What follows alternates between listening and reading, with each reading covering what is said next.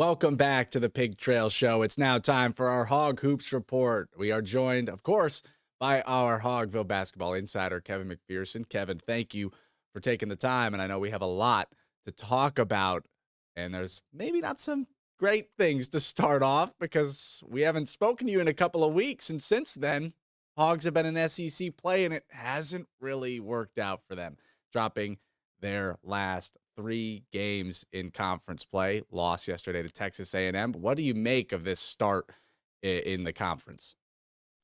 Well, first, Nick, I'm going to interrupt you, and we are going to start with a positive. What a job the Pig Trail Nation crew did. You guys went in force to Tampa, and what a way to start off the new year. You did your part. You were team players, and you brought back that W from the Outback Bowl.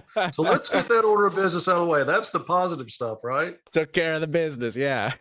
All right. I surprised you with that. We didn't talk about this in the lead up before we went on, so I wanted to get you with that. Look, you're right. Arkansas, we haven't been on it a couple of weeks, and the last time we were was before SEC play started. Arkansas's out of the gates 0-3.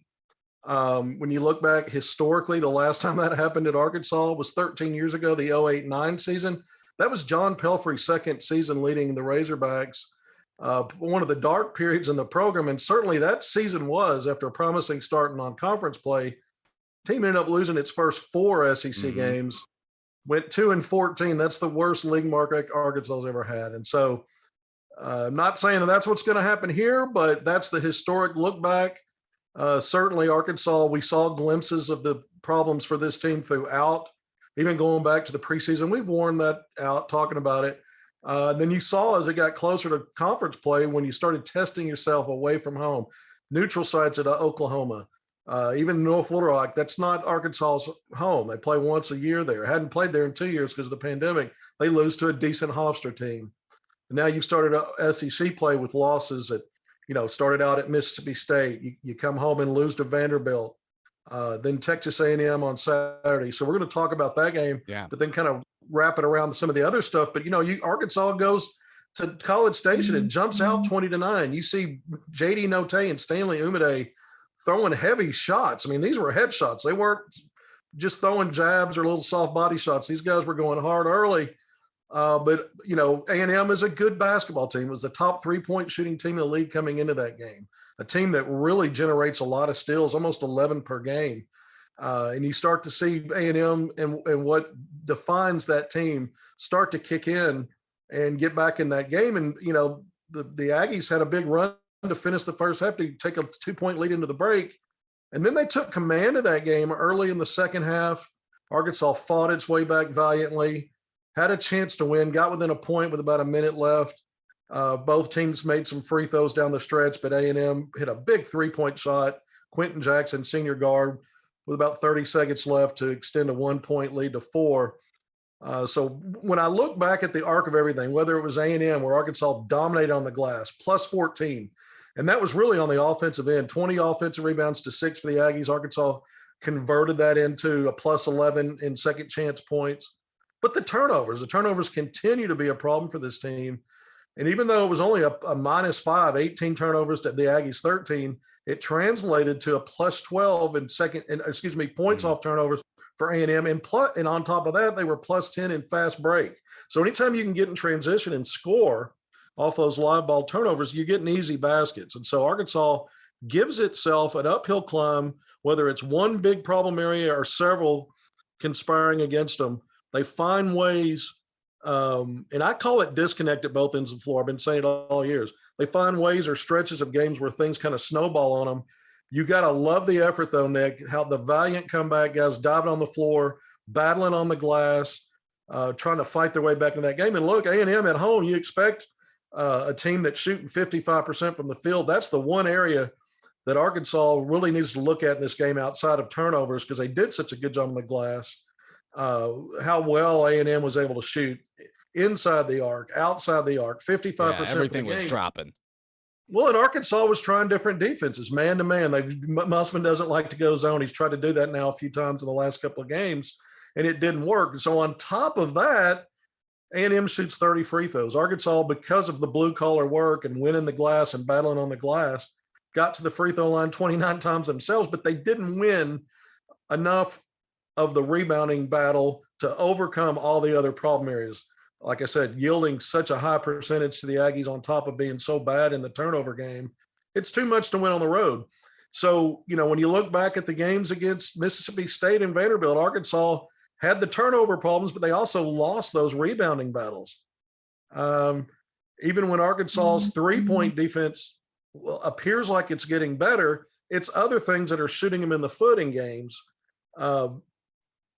So right now, we talked about lineup tweaks. We've seen Musselman try a few different things. We saw Kamani Johnson, by the way, yesterday, really give Arkansas a shot in the arm in that second half comeback. We talk about diving on the floor. He plays a spirited game. He's gritty. He's physical. And maybe interjecting a guy like him helps you win some of those, get back into the blue collar, lunch pail kind of basketball situations that maybe help you find ways to win when you're not good in other ways. Arkansas doesn't play like it values the basketball too. And again, their best players, the guys you're counting on, tend to, their style of their play is to dribble first, pass last. And anytime that ball's pounding the court, Nick, the defense can sit back and wait. And you don't make the defense work as hard or have to break down and make as many mistakes. And so advantage defense, and Arkansas is an uphill climb by the way it plays. Even though the pace is there, Musselman talked about pace and being a top 20 pace team. When you throw in the turnovers, something's not going right. No matter how statistically some things might look good, the eye test tells you that there are problems there. But these are fixable problems. I think the one thing I want to get to real quick, when I look back at the most two recent losses, Vanderbilt and then Texas A&M, Arkansas seemed to have there seemed to be more of a sense of urgency at times in those games than they had in losses to Oklahoma or even Mississippi State, where it got to a point, not that they quit, but they looked kind of defeated or like it was too big of a hill to climb. In the last couple of games, I thought there was an extra effort and belief that they could win. And so now sometimes it's small things like that, and they don't necessarily show up in the wins losses. We know they haven't for Arkansas yet, but it might be something to build on it. Stanley Ubide coming alive in conference play, averaging 19 points, shooting over 55%. Yeah, he fouled out early in the game yesterday. With little under 14 minutes to play. Yeah, so, you've got some things maybe to build on. You come back home for a midweek game. You get Missouri at home who just knocked off Alabama, confidence riding high, and they had some players out. But I think Arkansas's got a chance still, because the toughest part of the schedule is still the second half, to get some momentum. They started 2-4 in SEC play last year. We play that like a broken record. That's not to say this team is going to have the same result after a bad start. Certainly they don't have the big three pieces that the team had last year. But at the same time, there are good pieces here. Jalen Williams, 8.5 rebounds per game. No Hog has done that. Only 4 other Razorbacks have done that in the last 20 years, average at least 8.5 rebounds per game. Against A&M, he has 2 blocked shots and draws 3 charges. So he mixes up the ways that he protects the rim. Even though the Aggies shot at a very high percentage, Jalen Williams out there doing little things to try to help you win, and that can lead to winning. Devo Davis shot the ball poorly, took maybe some ill-advised threes, had several bad turnovers. At the same time, he has a game-high 7 assists. He got on the glass, 7 rebounds, made 9 of his 10 free throws. There are positives when you look around. J.D. Notae, the 31-point game, he took 23 shots, but you've got to have his offense. And and the kind of game he had is what allowed Arkansas to have a chance to win. So you've just got to find whatever the nuances are. They're going to spring this team out of this funk and downward spiral and start flipping those into wins. We go back again to last year, not just the bad start, but when you win 11 in a row to close out league play, people forget a lot. Arkansas led the nation in coming back in games where they trailed by 10 or more points to win. I think they had 11 or 12 of those kind of games last year. So it can be done. Even in season, when it looks bad in a game, you can still find ways to win. Arkansas just hasn't solved it yet. Well, they have another chance Wednesday, January 12th against Missouri. They're back in Bud Walton Arena, 8 p.m., and it's on SEC Network. So hopefully not going to mirror that 2008 season and start 0-4. Hopefully you get one in the win column on Wednesday. All right, a little more positive news now. We're looking forward a little bit to the second half of the SEC schedule, and we might have a future Hog coming to a few of those games. You say Nick Smith Jr., of course, a top 10 player in the country. has a schedule of games he's going to be coming to for the Hogs. Top 5 player in the country, Nick. Top 10 sounds good, but top 5 sounds a little better. No, look, he's excited to be a Razorback. There's no doubt about that. I mean, he reached out to me a few days ago and said, and just gave me a list of games he's going to be coming to. He planned. Now, of course, he's in his season as well, and some of the games have been canceled due to COVID. So if they're rescheduled for Saturdays or different things, that could change. But his intentions are to attend the Arkansas Texas A&M game, the return game in Fayetteville, and then in February, a couple of big what could be high profile games. And Arkansas maybe by that time has righted the ship and has a chance here. But you've got Tennessee and Kentucky coming in February. Yeah. So those are games that he's earmarked as games he'll be at. But I think it's always good when the centerpiece of your recruiting class. By the way, class is still ranked second nationally behind Duke with a couple of 5 stars, not only Nick Smith Jr., of course, but you've got Jordan Walsh there, and you've got some really good players in Darian Ford, Joseph Pinion, Barry Dunning Jr., guys that continue to put up numbers and have success. But I think anytime the centerpiece of the recruiting class is getting the word out that he's going to be on campus, it helps your recruiting. And being at those games, having a presence, that's going to help recruiting. And it also speaks to the stability of your program when your recruiting's going well, but then you're hearing from the players about their excitement about being part of your program. And certainly showing up on game day helps tell that story. And you mentioned recruiting class, one of the only recruiting programs in the nation with multiple 5 stars committed to their school right now. Duke is one of those as well. And the recruiting trail never stops for Eric Musselman. We know this as well as anybody. So while Nick Smith Jr. is coming in next year, we have some year after 2023 targets that Eric Musselman and the Hogs are looking at. Who are those people and what do they bring to the table? Well, I'm just going to throw out a couple of names that Arkansas coaches got to see firsthand in the past couple of weeks. It started this past week on Wednesday. Arkansas played Vanderbilt at home on Tuesday. So on Wednesday, Chris Johnson, a 6'5" guard out of Elkins High School in Missouri City, Kansas. ESPN ranks him the number 28 prospect in the country, a very versatile player, a guy that can facilitate, can score the ball, does a lot of things on a basketball court to help a team win. High basketball IQ. But assistant Gus Argenal was out on Wednesday to watch him compete. And then the prior week to that, both Eric Musselman and Argenal were at the King Cotton Holiday Classic in Pine Bluff, Arkansas, to watch not only Nick Smith Jr., Darian Ford, and some other Arkansas players, but they got to see Beaumont United's Wesley Yates III, a big guard, 6'4" physical guard, a top 35 player in the country in that 2023 class, same as Chris Johnson. They got to see him play. So when you start thinking about Jordan Walsh, we just talked about being from Texas. Yeah, he's playing at Link Hoops for his senior season in Missouri, but he's a Texas guy. And so again, you're not just looking forward to the future with one player. You want to build on that. You want to say, look, Texas prospect, we've had success here. We've got a 5-star. We've got a vision for you. And so I think it's good that Arkansas's got feet on the ground, getting out and recruiting these players, not only in the state of Arkansas, but the footprint states. Obviously, there's players from, outside the footprint that Arkansas will look at. But Texas, I think, is a place that Arkansas's mined in the past for success. Over the years, when Arkansas's had some of its best teams, there might be players from Texas on them. And certainly it's good to continue to mine that state for talent, because it's one of the top producing states when you talk about recruiting, whether it's football, basketball, baseball, or other sports.